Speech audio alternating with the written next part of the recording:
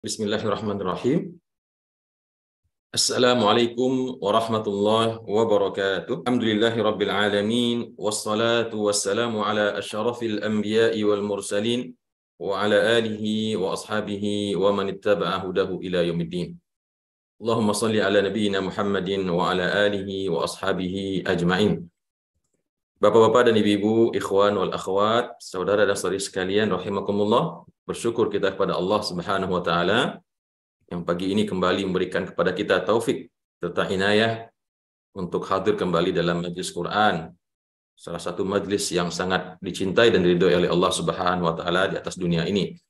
Salam dan salam kita doakan untuk uswah dan qudwah kita, suri tauladan kita Nabi Muhammad sallallahu alaihi wasallam.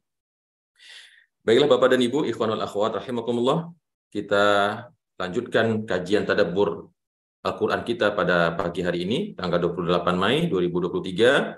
Insya Allah akan melanjutkan tadabbur surah Al-Baqarah mulai ayat 224 sampai 230. A'udzubillahi minasyaitonirrajim. Bismillahirrahmanirrahim. Wala taj'alullaha urdatan liaymanikum. Dalam ayat ini, dan sebelumnya kami ingatkan juga kepada Bapak dan Ibu bahwasanya apa yang akan kita tadabburi berikut ini banyak sekali memiliki pembahasan-pembahasan tentang hukum-hukum fikih di dalam hubungan rumah tangga ya.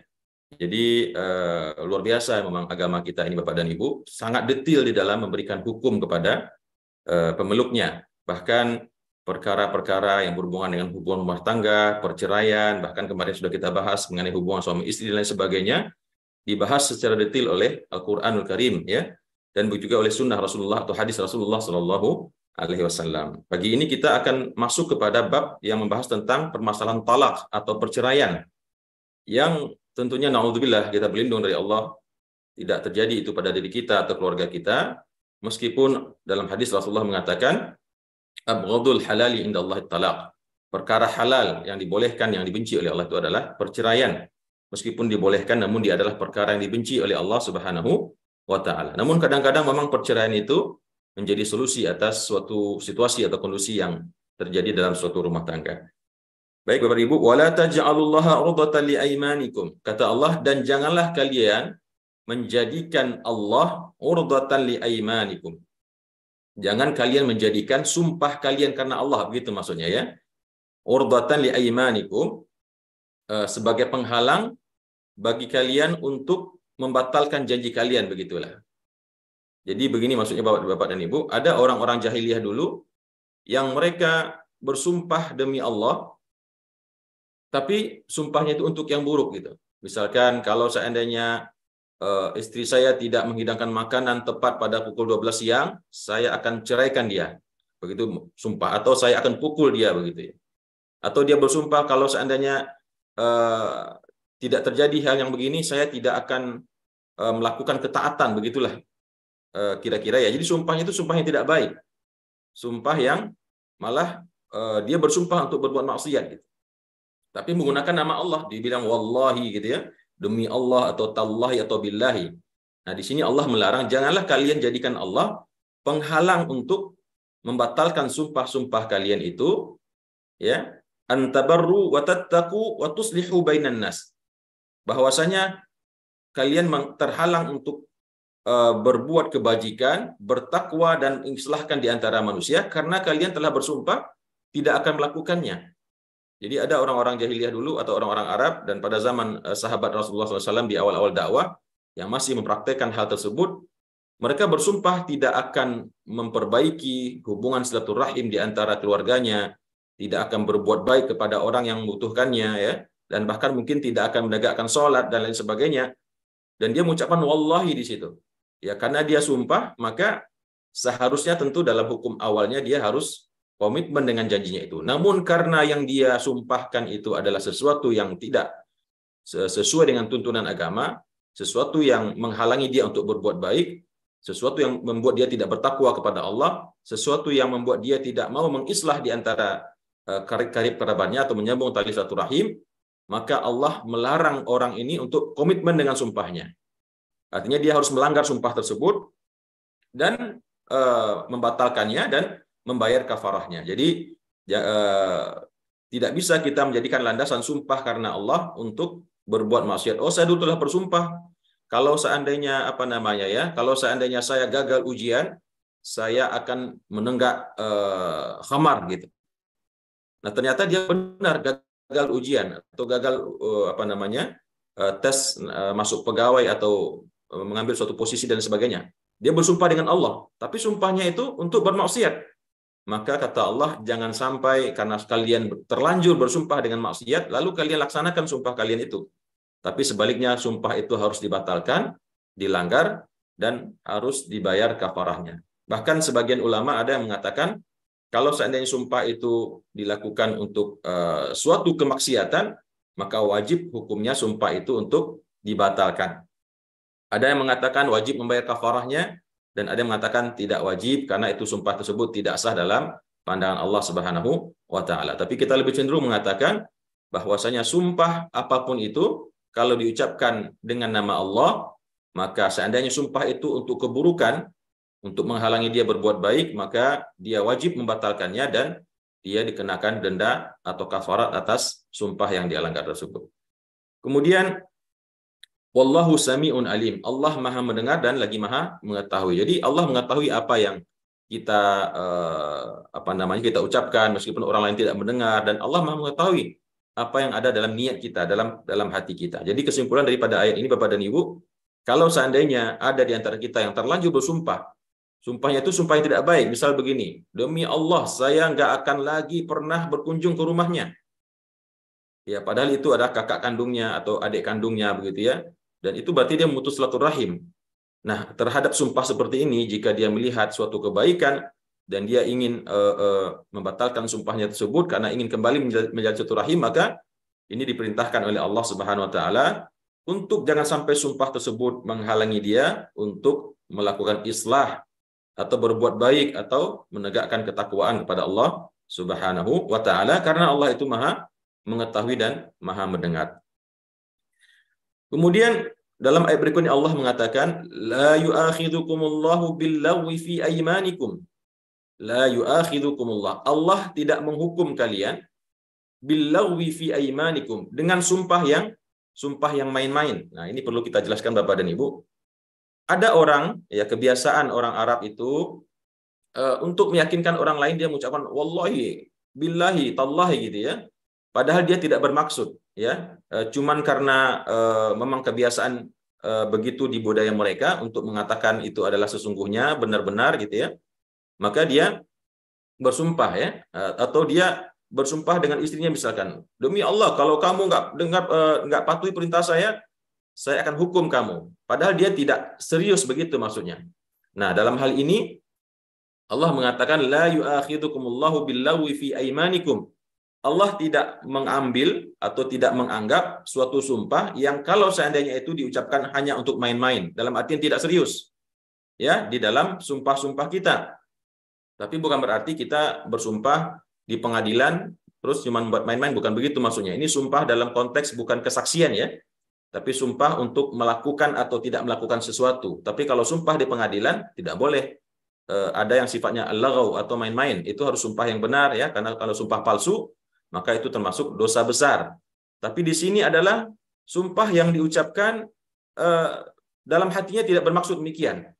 Cuman ya namanya budaya di bangsa Arab itu, mereka ketika ingin meyakinkan pendengar atau orang yang diajak bicara, mereka suka mengatakan wallahi, billahi, tallahi ya, padahal di hatinya dia tidak begitu. Dan itu banyak kita jumpai kalau kita belanja di pasar, kita bertanya harganya ini berapa, misalkan dia bilang 10 rial, terus kita bilang wallahi, ya dia bilang wallahi. Nah, wallahinya orang Arab tersebut sebetulnya bukan wallahi yang berarti sumpah gitu ya. Itulah sumpah-sumpah yang laghaw di antara, dan banyak kita, kalau kita hidup di negara Bapak dan Ibu, dalam sehari itu kita bisa mendengar 1000 kali kata wallahi itu. Wallahi kata dia bilang itu kan. Padahal itu tidak serius dalam hatinya. Walakin yu'akhidhukum bima kasabat qulubukum, akan tetapi yang dihukum oleh Allah adalah sesuatu yang memang disengaja di dalam hati kita, sesuatu yang diikrarkan betul dalam hati, diniatkan, disengaja, dan memang kita serius mengucapkannya. Misal seseorang bersumpah hari ini tidak akan makan di rumah gitu ya, karena dia ngambek sama istrinya misalkan gitu ya, demi Allah misalkan itu. Misal ya, saya hari ini nggak akan bakal makan di rumah. Nah, dan dia memang serius dengan ucapan itu dalam hatinya, maka itu berarti sebuah sumpah yang harus dijaga. Kalau seandainya dia melanggarnya, mungkin ternyata dia sadar dengan kesalahannya, lalu dia ingin tetap makan di rumah, maka berarti dia telah melanggar sumpahnya dan harus membayar kafarah dengan diantaranya memberi makan 10 fakir miskin, atau menggantinya dengan puasa selama 3 hari, atau memerdekakan hamba sahaya.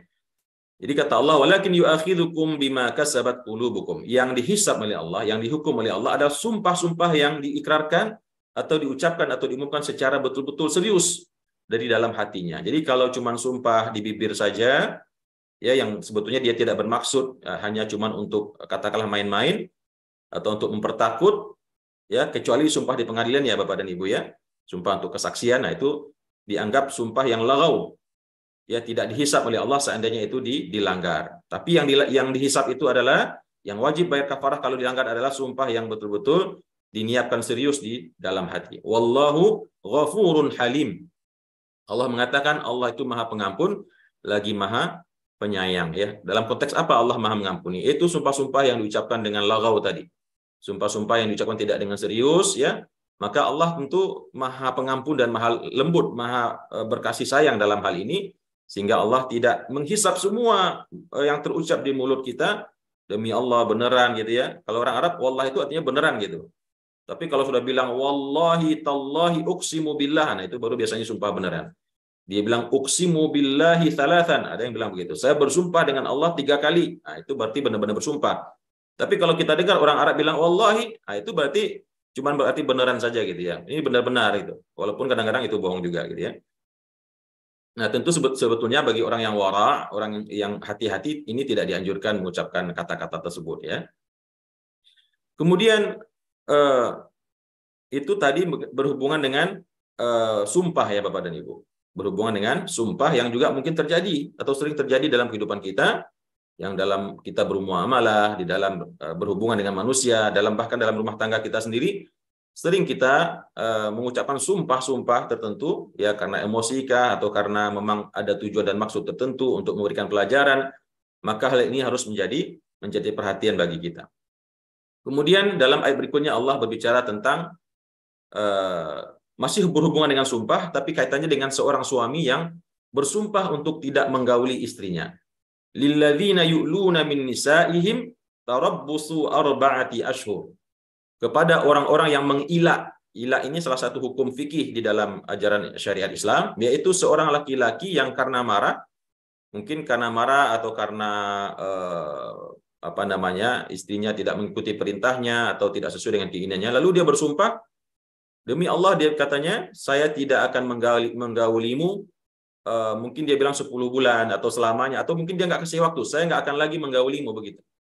Dia tidak menceraikan, tapi dia bilang, saya tidak akan lagi menggaulimu. Kalau seandainya sumpahnya itu open atau terbuka waktunya, maka Al-Quran memberikan waktu atau syariat Islam memberikan waktu paling lama cuma 4 bulan. Ya, paling lama cuma 4 bulan boleh dia menggantung istrinya dengan tidak menggaulinya meskipun tidak diceraikan. Kalau sudah lewat waktunya 4 bulan, maka si suami tersebut diberikan pilihan. Dia bisa kembali dan membayar kafarah sumpahnya, atau si perempuan menggugat ke pengadilan karena statusnya digantung dan pengadilan berhak untuk menjatuhkan talak 1 terhadap suaminya tersebut ya. Nah, jadi Bapak dan Ibu, intinya adalah hubungannya dengan kafarat sumpah. Jika seorang suami bersumpah tidak akan menggauli istrinya, mungkin dia bersumpah katakanlah 4 bulan atau 6 bulan. Ternyata di tengah jalan baru 2 bulan dia ingin membatalkan sumpahnya. Yang tadi dia katakan tidak akan menggaulinya, maka dia dibolehkan untuk melanggar sumpahnya itu, tapi tentu membayar kafarah atas sumpah yang dia langgar. Tapi kalau dia tidak menetapkan waktu, dia mengatakan, demi Allah saya tidak akan pernah lagi menggaulimu.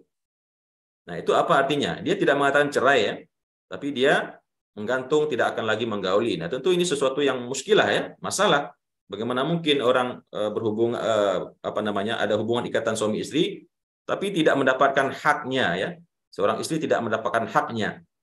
Maka ini tentu menjadi muskilah karena memang dulu orang Arab di antara cara mereka menzalimi wanita dengan melakukan sumpah-sumpah tersebut, ya.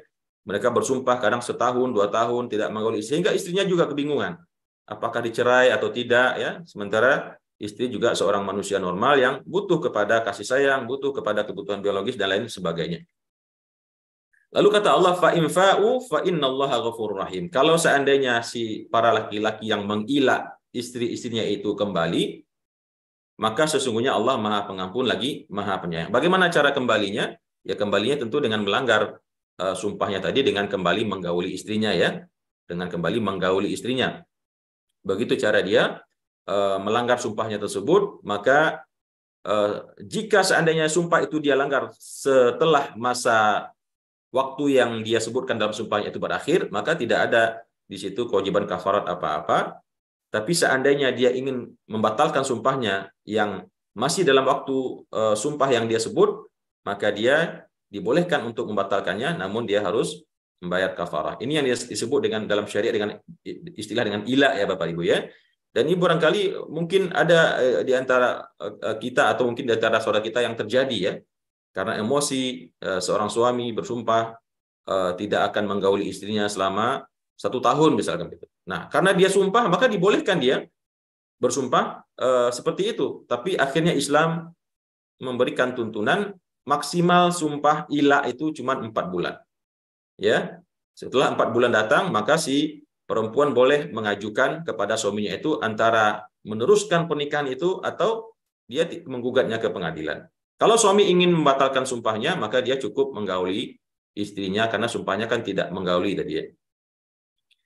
Wa in azamut talaqa fa innallaha samiul alim. Dan kalau seandainya si laki-laki yang tadi mengilah itu berazam, berketetapan hati untuk seterusnya meningkat kepada talak, maka sesungguhnya Allah Maha mendengar dan lagi Maha mengetahui, ya. Jadi pilihannya ada pada laki-laki. Kalau dia ingin kembali kepada istrinya, maka dia cukup menggaulinya sehingga batalah sumpah ilahnya tersebut, lalu dia membayar kafarah.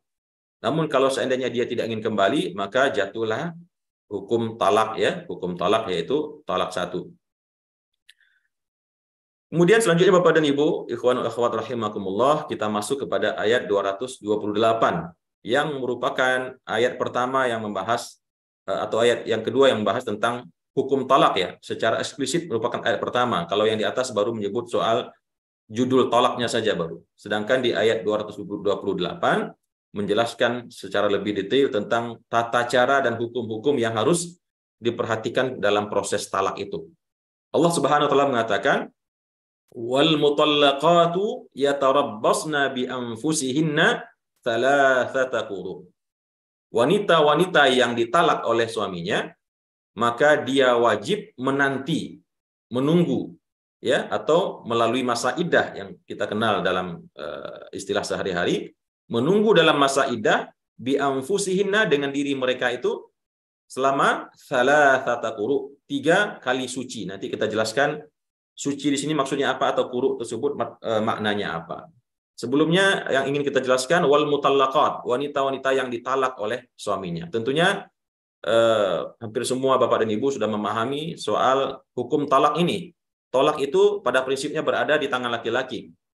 Ketika seorang laki-laki baik karena ada sebab atau karena tidak ada sebab, maka dia pada prinsipnya dia dibolehkan, ya, kapan saja untuk mentalak istrinya.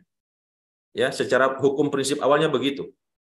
Jadi seorang suami, hukum talak itu ada di tangan suami pada prinsipnya. Meskipun nanti ada juga istri punya hak untuk mengajukan gugatan cerai, ya, atau yang disebut dengan khulu'.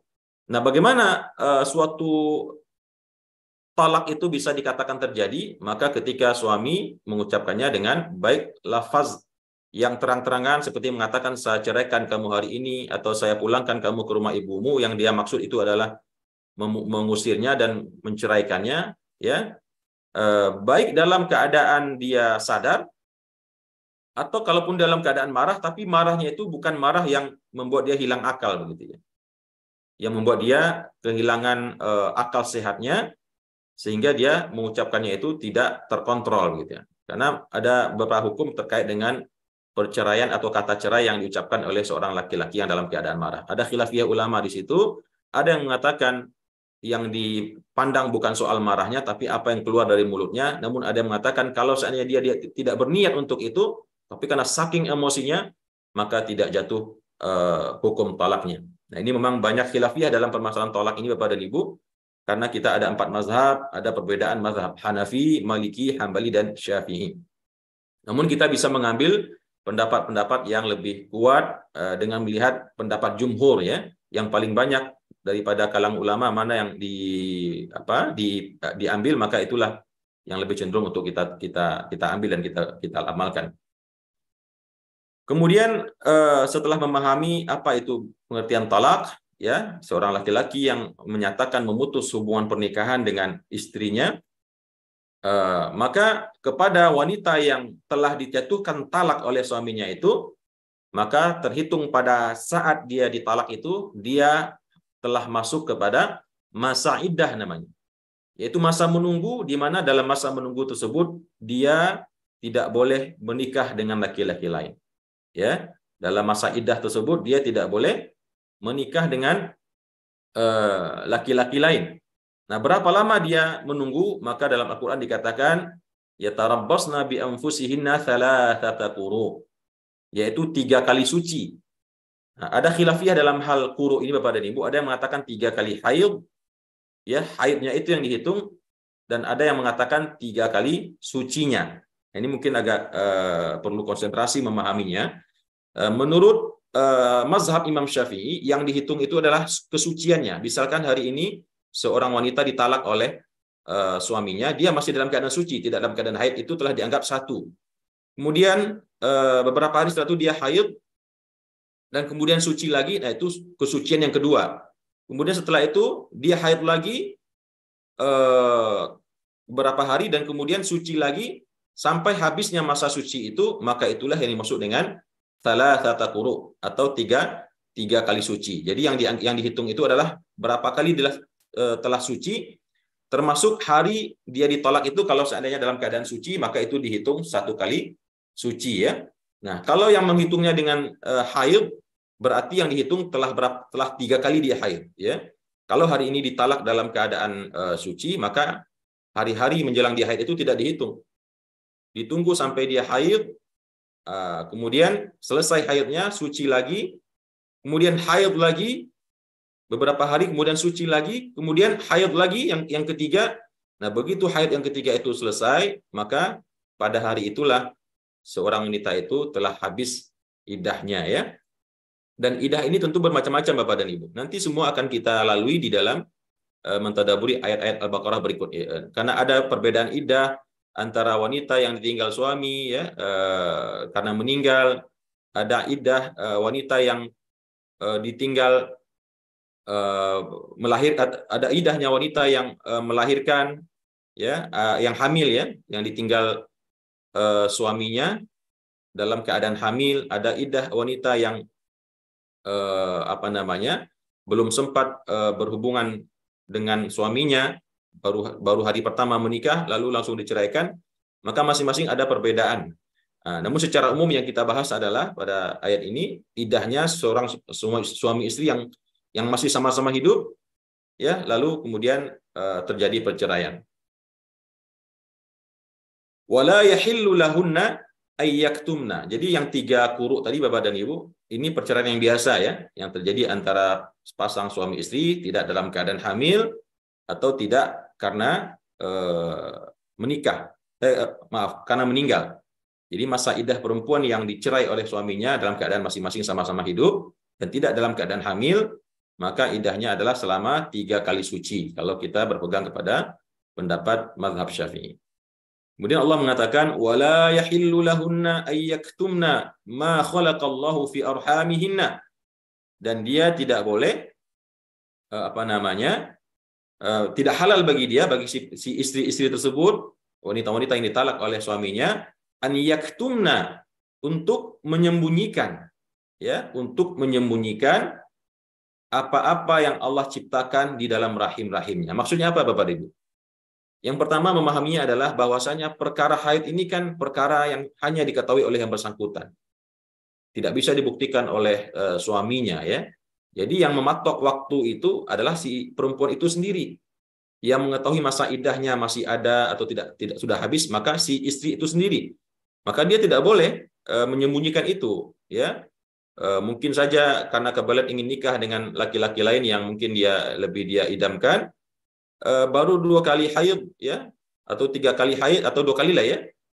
Dan masanya itu kan yang tahu juga perempuan, kapan dia telah selesai ya, mungkin kali ini 8 hari, di masa berikutnya 7 hari atau 9 hari. Intinya secara detail yang mengetahui perempuan, dan tidak mungkin dihitung secara matematis yang persis gitu ya. Karena kadang-kadang ada yang 7 hari, ada yang 8 hari, ada yang 9 hari. Yang tahu artinya adalah si perempuan itu sendiri. Makanya Allah mengatakan, wala yahillu lahunna ayyaktumna ma khalaqallahu fi arhamihinna. Dia tidak boleh menyembunyikan apa yang Allah ciptakan di dalam rahimnya, termasuk kehamilan. Bisa jadi seorang perempuan hari ini dia diceraikan oleh suaminya, dan cerai itu telah jatuh, lalu ternyata seminggu atau 2 minggu setelah itu dia hamil ya. Nah, kalau dia hamil, maka seperti kita ketahui, iddahnya wanita yang hamil itu sampai dia melahirkan. Berarti 9 bulan berikutnya atau 8 bulan sekian minggu dia harus menunggu, nggak boleh nikah. Karena nggak boleh menikahi wanita yang dalam keadaan hamil. Dia harus ditunggu sampai sampai melahirkan, maka baru boleh dia menikah dengan laki-laki lain. Nah, ini tentu yang tahu adalah si perempuan itu sendiri. Makanya Allah dengan tegas menjelaskan ini, tidak halal ya, berdosa bagi seorang perempuan jika dia menyembunyikan apa-apa yang Allah jadikan di dalam rahimnya terkait dengan masa haidnya, atau jika ada mungkin tanda-tanda hamil atau kandungan di dalam perutnya ya.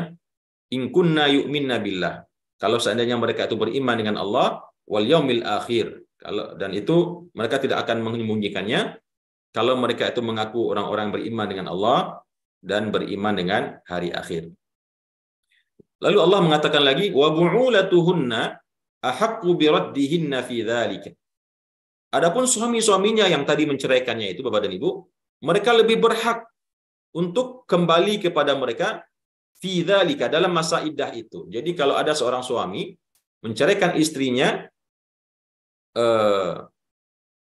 selagi itu masih di dalam masa iddah, maka suaminya itu yang paling berhak untuk kembali kepada suaminya, untuk kembali kepada istrinya. Artinya apa? Seorang suami dia selama masa iddah itu dia berhak untuk kembali kepada istrinya, ya.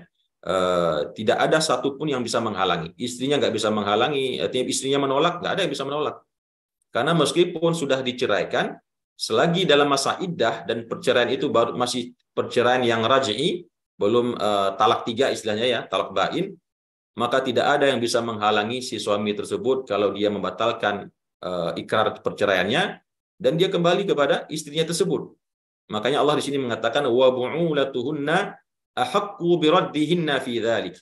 Jadi perempuan nggak bisa, ya udah saya nggak mau kembali lagi, kan kamu udah ceraikan saya. Nggak bisa begitu. Selagi masih masa iddah, maka ketika si suami bukan membatalkan ya, dia ingin kembali, karena perceraian itu tidak batal, itu telah terjadi 1 kali, telah dihitung.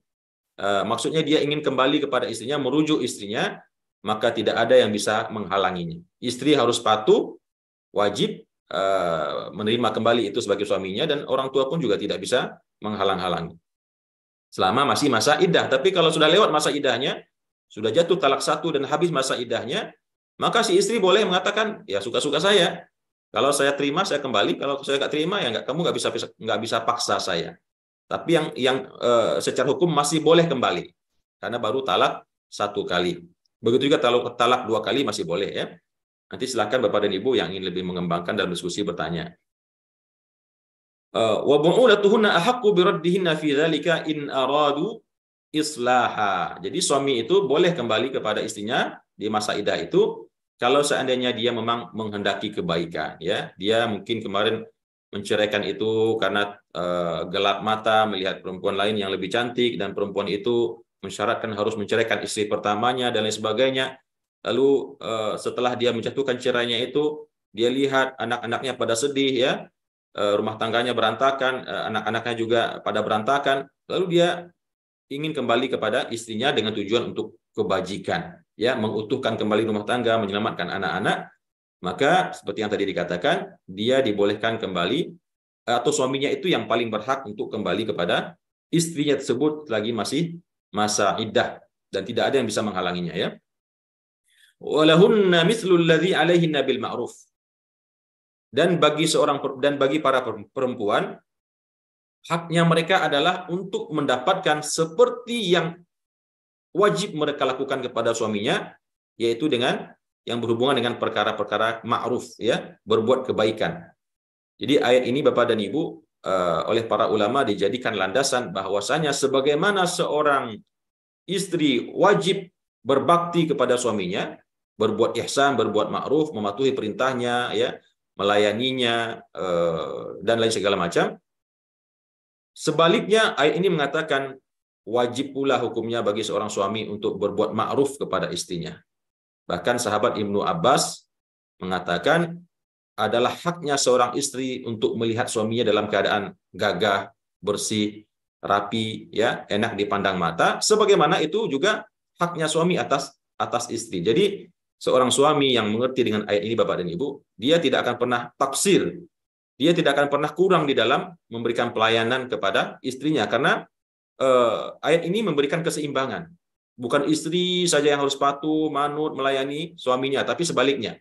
Ada waktunya juga suami yang harus melayani istrinya. Mungkin melihat istrinya capek habis ngurus rumah, ngurus anak, ya, malam sebelum tidur mungkin diurut punggungnya, ya, telapak kakinya dan lain sebagainya. Yang itu semua adalah perbuatan ma'ruf, ya, menghiburnya, membawanya belanja ke mall, gitu ya, misalkan, ya, belanja ke pasar atau ngajak piknik. Ini adalah hak perempuan atas laki-laki.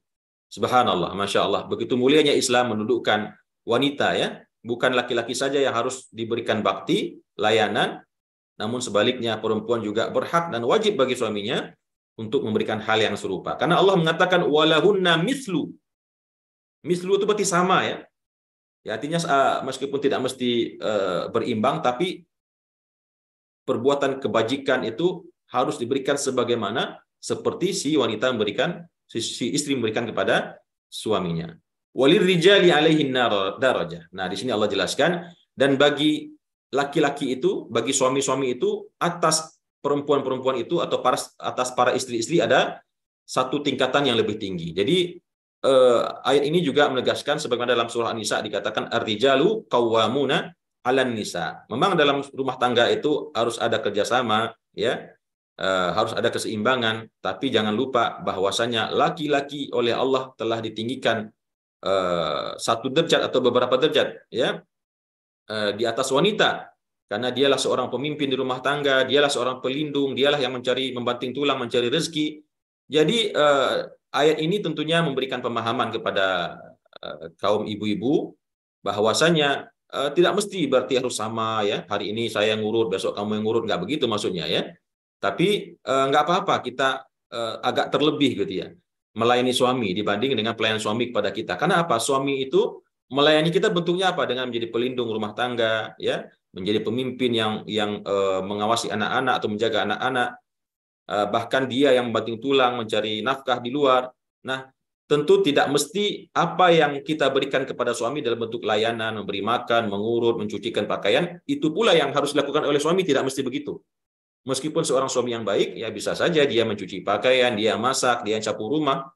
Dan itu dicontohkan oleh Nabi kita, Rasulullah, Nabi Muhammad SAW, bagaimana Rasulullah itu dulu menjahit bajunya sendiri, mencuci pakaian sendiri. Dan inilah yang mungkin penting dilakukan di zaman sekarang ini, Bapak dan Ibu, di saat memang wanita-wanita juga punya tanggungan bekerja, mencari rezeki di luar rumah, ya. Maka harus ada saling pengertian dan keseimbangan di dalam saling melayani tersebut. Namun demikian, seorang perempuan harus memahami bahwasanya suami itulah junjungannya.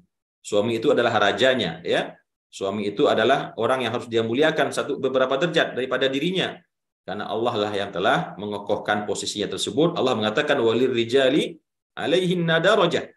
Makanya seorang istri yang baik, yang ingin disayangi oleh suaminya, jadilah sebagai apa namanya, ya, sebagai bumi, ya, yang senantiasa menjadi tempat suaminya berkeluh kesah, tempat suaminya melepas perasaannya kalau dia mengalami intimidasi di luar, begitu dia pulang istrinya datang memeluknya, menghiburnya, ya, membelainya dan lain sebagainya.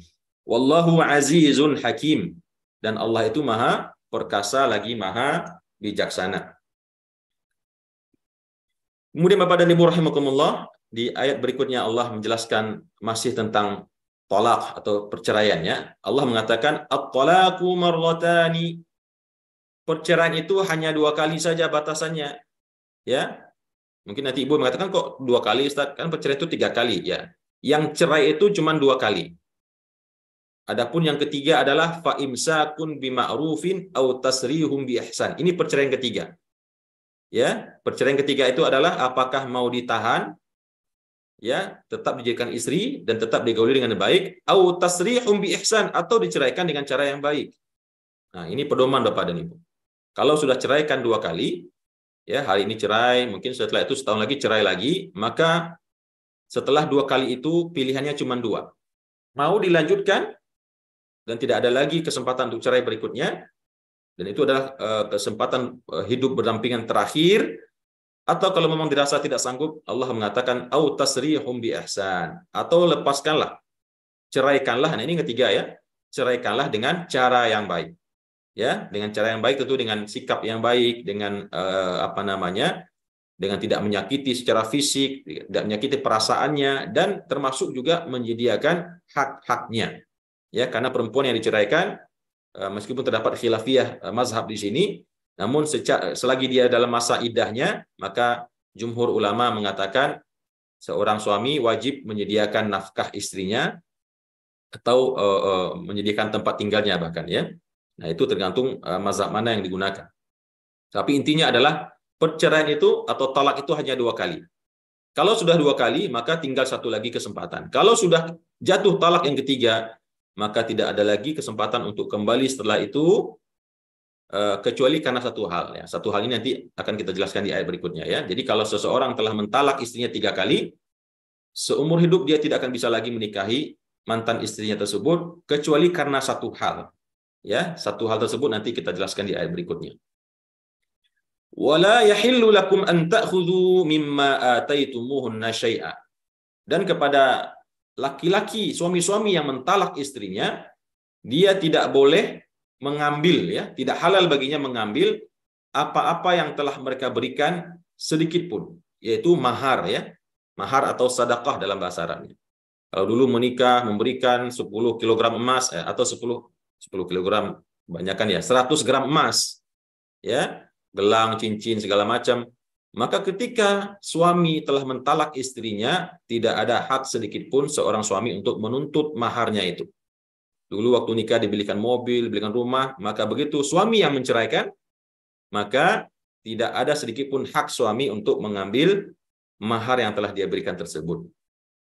Illa ayyakhafa alla yuqima hududallah.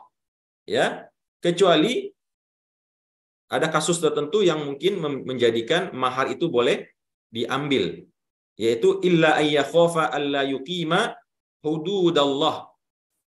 Kecuali jika keduanya yang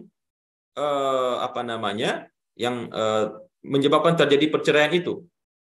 Ya, mungkin karena bertengkar, ya, lalu si istri menggugat cerai suaminya. Ya, si istri menggugat cerainya, maka dalam hal itu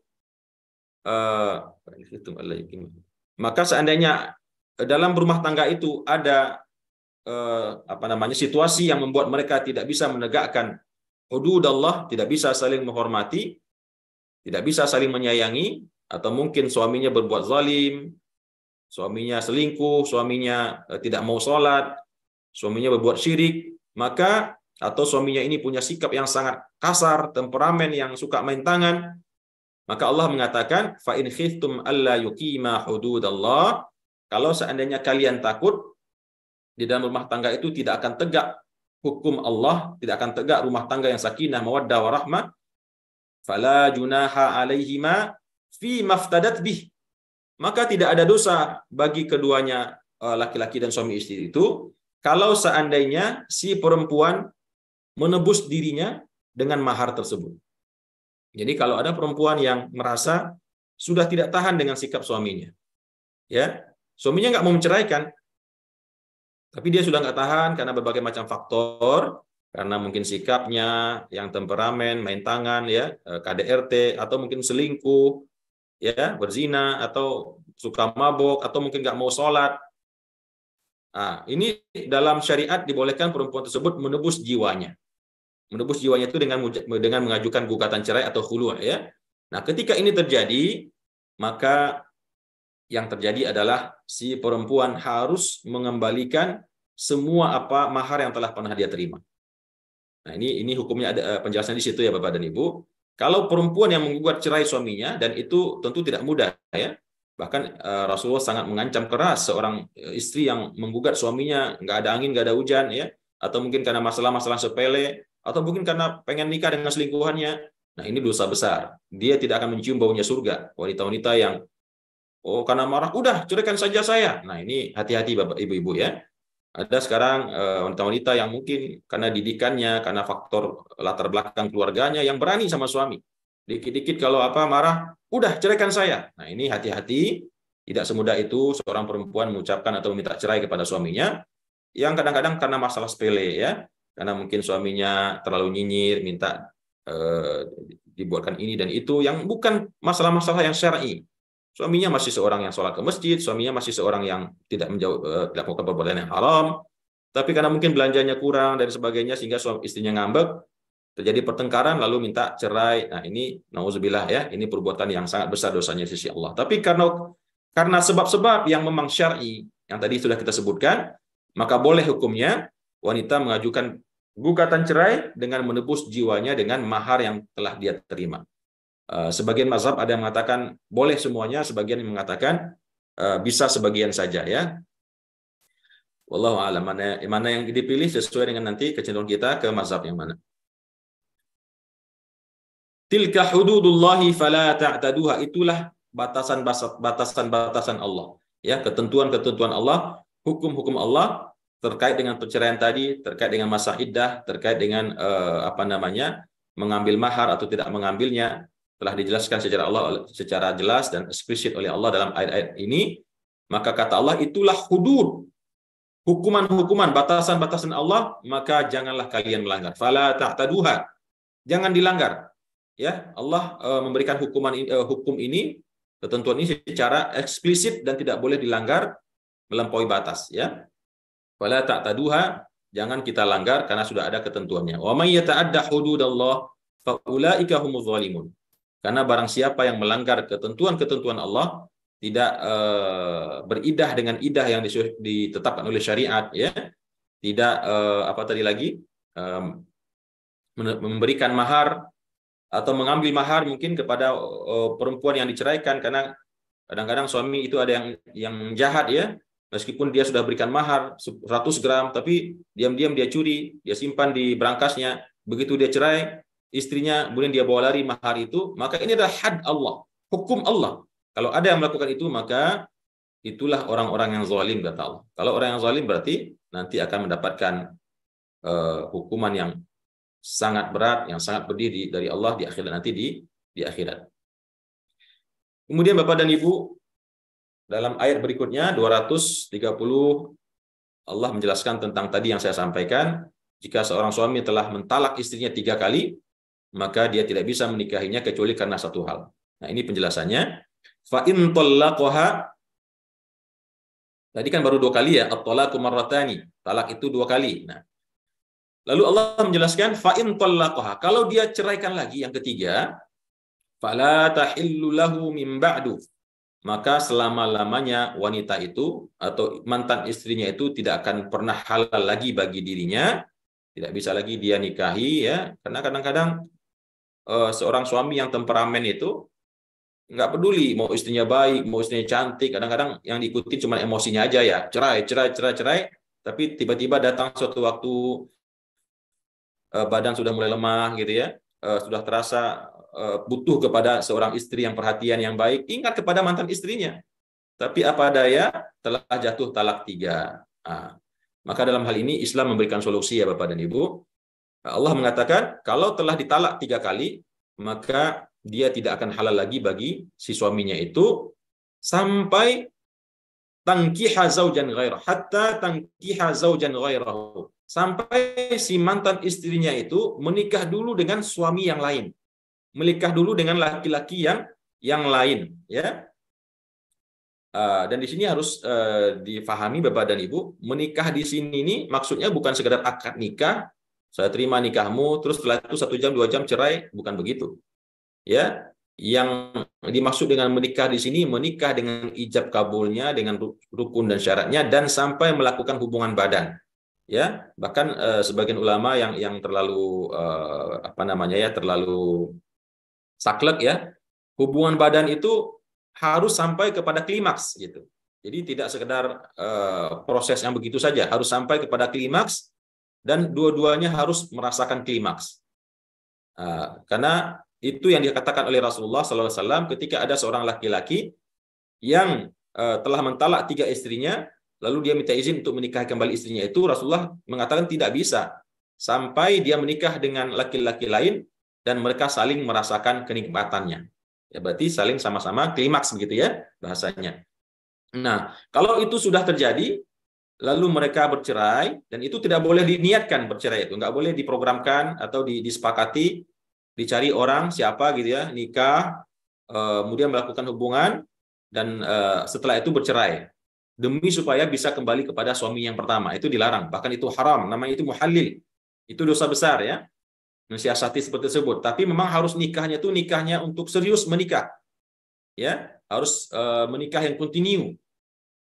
Nah, kalau nanti terjadi perceraian karena suaminya meninggal atau karena memang bertengkar atau apa, barulah setelah itu dia boleh menikah lagi dengan suami pertamanya yang tadi telah mentalaknya 3 kali ya. Fa in talaqaha fala junaha alaihima an yataraja. Jika suaminya yang kedua itu telah mentalaknya dan tentunya telah menghabiskan masa iddahnya pula si perempuan ini, si mantan istrinya ini, fala junaha alaihima an yataraja, maka tidak ada dosa bagi keduanya, bagi si mantan suami yang pertama dan mantan istrinya ini untuk rujuk kembali, untuk menikah kembali ya. Wa in dhanna an yuqima hududallah, kalau mereka yakin ya, mengira bahwasanya dengan menikah kembali itu mereka dapat menegakkan hukum-hukum Allah, nggak akan bertengkar lagi, nggak akan cekcok lagi ya, nggak akan lagi menyia-nyiakan hukum-hukum Allah. Tilka hududullahi yubayyinuha liqaumi ya'lamun, dan itulah hukum-hukum Allah yang dia jelaskan kepada orang-orang yang mengetahui. Nah, ini ada iskal atau ada muskil Bapak dan Ibu. Mungkin ada yang bertanya, kalau dia sudah cerai 3 kali, kemudian istrinya menikah dengan suami yang lain dan telah berhubungan, kemudian cerai lagi, lalu menikah lagi dengan suami pertamanya, apakah status 3 kali cerai yang pertama itu terhapus dan mulai dari kuota 1, 2, 3 lagi atau bagaimana? Nah, ini memang ada khilafiyah lagi dalam pandangan ulama yang baru saya dapatkan ilmunya, insya Allah nanti akan saya gali lagi. Menurut mazhab Syafi'i, maka statusnya 0 kembali. Ya, seperti kalau kata Ustaz Abdul Somad mengatakan kayak di Pertamina ya. Statusnya 0, berarti dia punya kuota untuk menceraikan 3 kali lagi si istri tersebut ya. Nauzubillah ya, masih ada orang seperti ini, nauzubillah. Kalau memang sudah cerai 3 kali, udah nikah istrinya sama orang lain, udah nikah lagi mau cerai-cerai lagi, berarti memang yang nggak benar ini adalah si suaminya ya, nauzubillah. Nah, inilah Bapak dan Ibu penjelasan dari tadabbur ayat kita pada hari ini, ayat 200 berapa tadi? 224 sampai 230 yang berhubungan dengan sumpah ya, sumpah-sumpah yang sia-sia, sumpah-sumpah yang tidak serius, berhubungan dengan sumpah seorang suami yang tidak menggauli istrinya, dan juga berhubungan dengan perceraian. Tentunya banyak sekali yang belum terbahas dalam penyampaian saya pada pagi hari ini karena memang luar biasa ya. Islam ini ilmunya begitu luas. Pembahasan cerai ini saja Bapak dan Ibu itu bisa dikarang oleh ulama berjilid-jilid, belasan jilid, yang tebalnya itu 1 jilid bisa 1000 halaman. Ya, itu baru soal babut talak. Karena banyak sekali dinamikanya, problemnya dalam kehidupan rumah tangga ini, sehingga ulama pun tidak pernah kehabisan bahan untuk mengembangkan, menggali, beristihad terhadap masalah-masalah rumah tangga ini. Demikian mungkin yang bisa saya sampaikan pada pagi hari ini. Mudah-mudahan ada manfaatnya, dan saya mohon maaf jika dalam penyampaian ada kekurangan. atau dalam bahasa saya ada salah dan khilaf. Wassalamualaikum warahmatullahi wabarakatuh.